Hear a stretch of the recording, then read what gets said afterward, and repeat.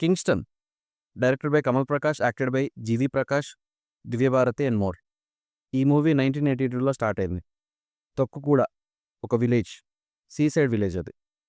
వీళ్ళకు ఒక కర్స్ ఉంటుంది, అంటే ఒక శాపం. అప్పటి నుంచి ఆ ఊరి సీలోకి ఎవరు వెళ్ళరు. ఇంకా మూవీ 2025లో ఓపెన్ అవుతుంది. కింగ్గా జీవి ప్రకాష్ ప్లే చేశాడు రోల్ని.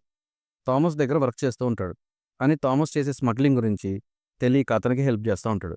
ఒక సిచ్యువేషన్ తర్వాత విషయం తెలుసుకొని థామస్కి ఆపోజిట్ అవుతాడు.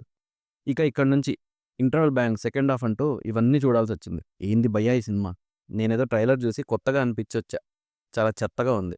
అసలు దయ్యాలంటే మినిమం రెస్పెక్ట్ లేకుండా పోయింది ఈ మధ్య. దయ్యాల్ని కొట్టడం ఏంటో, అవి ఎగిరెగిరి పడ్డం ఏంటో నాకైతే అర్థమే కాలేదు. లాజిక్ చూడొద్దు ఓకే, అసలు రైటింగ్ ఇంత ఘోరంగా ఉంటుందా అనిపించింది. సముద్రం మధ్యలో ఎక్కడ దూకితే అక్కడే, కావాల్సింది ఎగ్జాక్ట్గా ఎలా ఉంటుంది.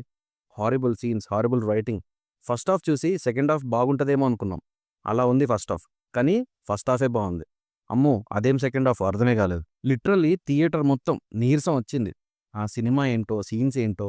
ఫస్ట్ హాఫ్ చూసి సినిమాటోగ్రఫీ బాగుంది అనిపించింది, సెకండ్ హాఫ్ అది కూడా పోయింది. సాంగ్స్ అయితే దారుణం.